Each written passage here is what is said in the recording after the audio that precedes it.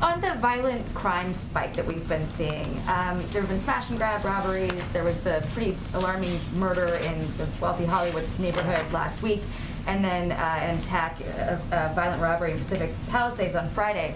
This is sort of similar to the crime spike that we saw over the summer, and one of the president's biggest pushes to address that was the DOJ strike teams that were sent out to those 5 cities. It was DC, New York, Chicago, LA, and San Francisco.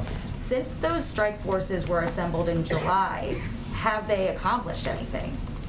Look, I think we sent those strike forces in part because of the spike in gun violence, something that continues to be a concern. And we sent them, the Department of Justice, I should say, sent them in order to work in partnership and in lockstep with law enforcement on the ground. We've also recently taken steps. The Justice Department, the FBI, and federal law enforcement have been working with local jurisdictions, especially areas like Los Angeles, San Francisco, and others where we've seen a rash of break-ins, to offer their assistance and provide assistance through multi-jurisdictional task forces.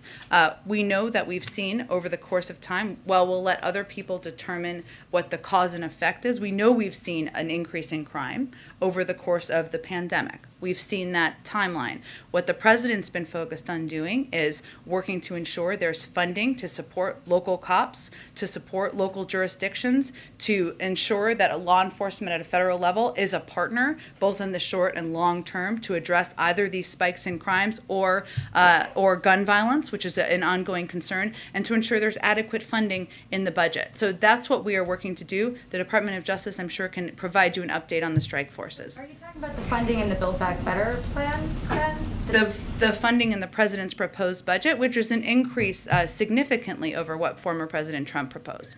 So are you saying that passing the spending plan would address crime then, in that way? Well, I'm saying that it passing the president's budget, which is something obviously we want to get to next year, since we could only get to a short-term CR, has significant increase in funding to support police departments, support the fighting of crime, and a significant increase from former President Trump, and something President supports. And then is there any concern that not having an ATF nominee while all this is going on is somehow leaving vulnerability or a gap in leadership?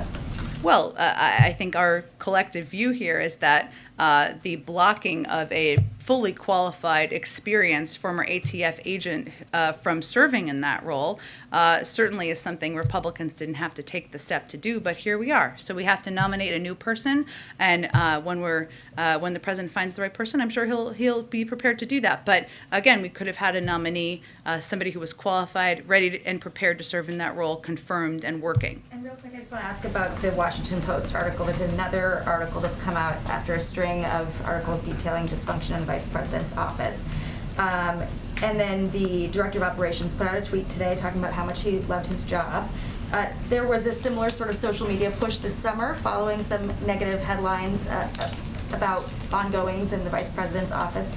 Did anybody ask the deputy director to put out a positive tweet today, or was that all him? I'm not aware of any asks for a positive tweet or a specific tweet. I would point you to the vice president's office, but I work with a number of people in the vice president's office who certainly are looking forward to continuing their jobs. Go ahead.